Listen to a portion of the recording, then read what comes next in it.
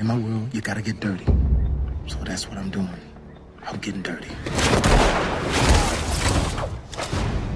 Say, what is your name, boy? Django. How'd you like the bounty hunting business? Kill white folks and they pay you for it. It's not the light. I like the way you die, boy. Gentlemen, you had my curiosity, but now you have my attention. I need 100 black coffins for 100 bad men, 100 black grapes so I can... Something up with these two. They here for that girl. We gonna have us a Candyland tartan feathering in this house. Monsieur Candy. Whenever you're ready. I need 100 black coffins, black coffins, black coffins, black coffins, black coffins. Oh Lord, I need 100 black coffins, black coffins. There is no one that appreciates showmanship more than Monsieur Calvin J. Candy. Look at me. Bullseye. Django.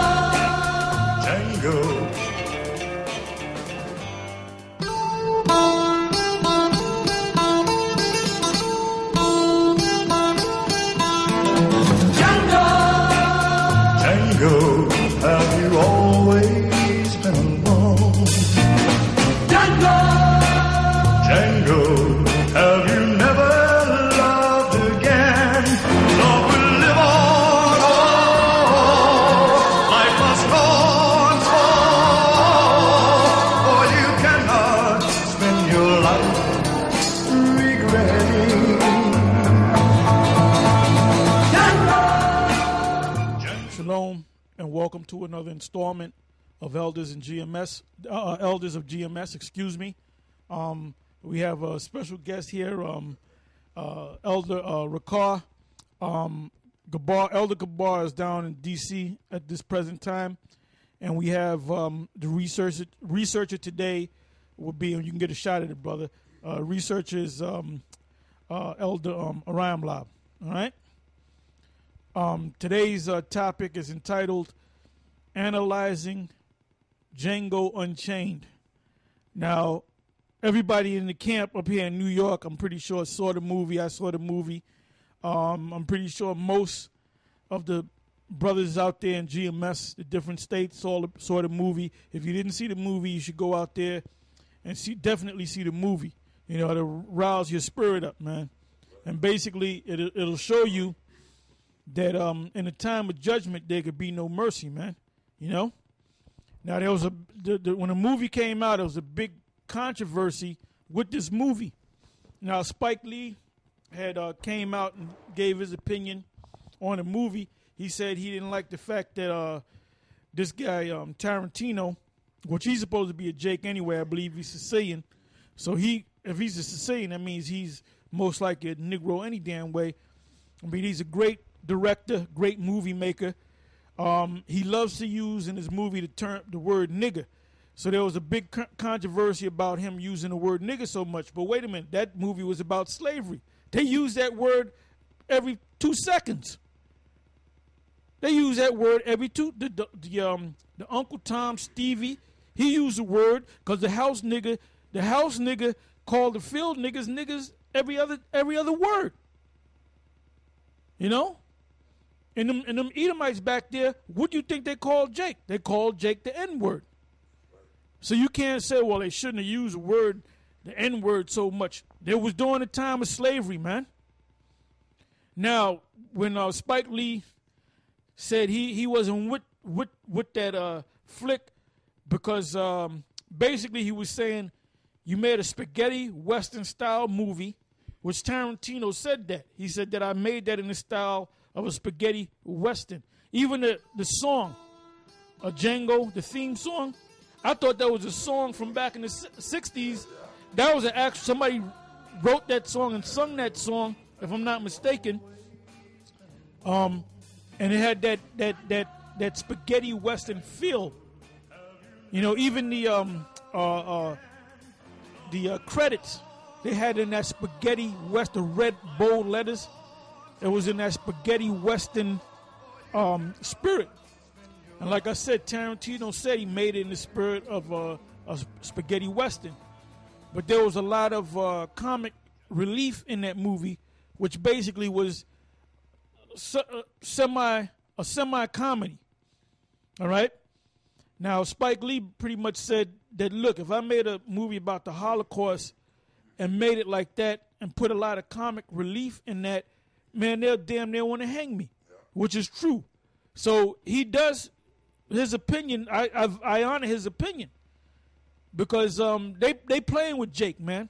But at the same time, they showed you that when Jake get that spirit in him, man, he gonna tear shit up. And that's just a little sampling of what's gonna really happen in the near future. Now, in the end of the movie, and we're gonna be talking about scenes in the movie. We're gonna be going through scriptures and so forth to back up what we say. Even at the end of the movie, this guy, this dude, what's his name? Django, which was Jamie Foxx. This dude didn't have mercy on no damn body, man.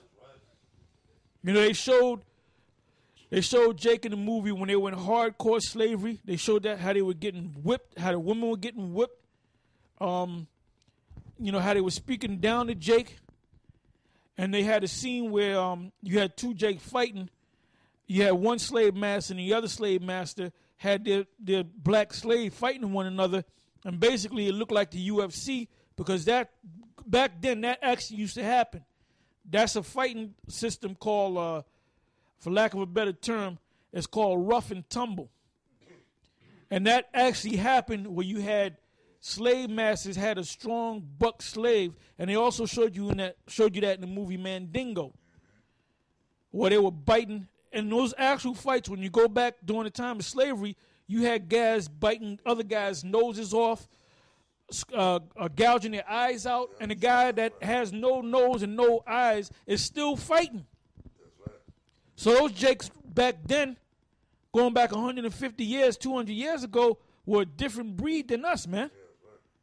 Yeah, right. Them Jakes back there were like on the level of animals, man. Yeah, yeah. And you had like the scene that they showed them two Jake fighting.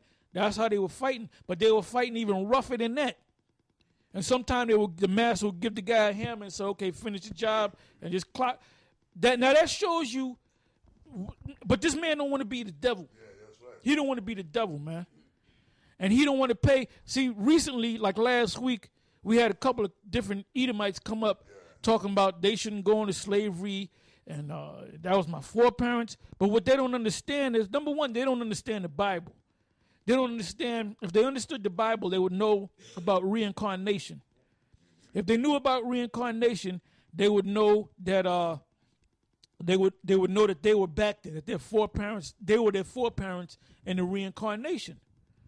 So they don't want to know nothing about reincarnation. They don't want to know nothing about the Bible. They don't even want to believe in the Most High. That was a long time ago. You know what the scripture said? Give me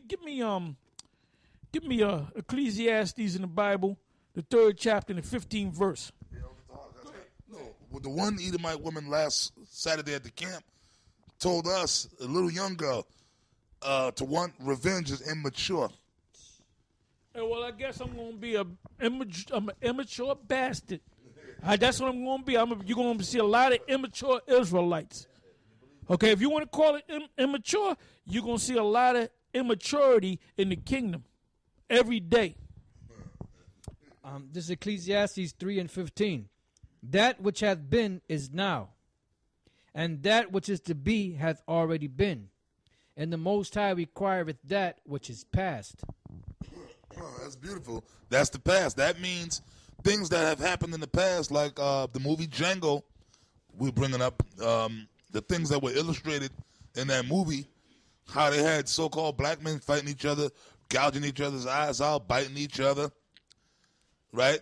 How the white man was whooping the damn black woman in slavery as well, how he was whooping the black man, how the part when in the movie Django where the guy D'Artagnan, who was a fighter, but he lost his eye and he lost that spirit to fight, he didn't want to fight no more, So what did this guy do? The so-called slave master unleashed the dogs and let the dogs rip the guy to shreds. That really happened.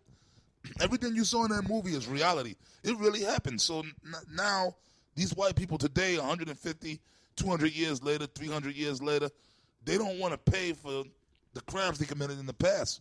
And then the Edomites told us that they shouldn't pay. The Bible, the Most High said, he requireth the past. The things that happened in the past got to be answered for today. Right. Hey, in our case, look, and when you go back to Deuteronomy, excuse me, Deuteronomy, the 28th chapter, the first verse, right? The Most High told us and that happened in the past, though. The Most High said, Israel, keep my laws, you're going to be okay. But then when you go to the 15th verse, the Most High said, if you don't keep my laws, I'm going to mess you up. So we broke the laws of the Most High, but we paying for that today, right? That's why we came into slavery. That's why the white man stole our land, because at that time we were paying for things that we did in our past lives. So the Most High requireth the past with us. We still paying for what we did. That's why we in captivity under this devil right now. So you devils think you ain't going to pay for what you did? You going to pay, man. I got something real quick. Brother, yeah. This is Job chapter 34, verse 33. Should it be according to thy mind, he will recompense it, whether thou refuse or whether thou choose. And not I, therefore speak what thou knowest. So basically, it don't matter if you want to accept it or not.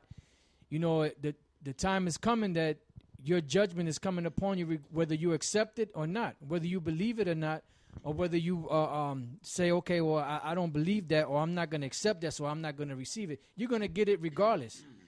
You know, whether you accept it, whether you choose it, whether you refuse it or not. It doesn't matter. I'll read it again. It says, should it be according to thy mind, he will recompense it, whether thou refuse or whether thou choose. Oh, God, now can I just break that down for a hot second? Look, man, I'm going back to us. When the white man came to the shores of so-called America, and when he came to the shores of the Caribbean islands,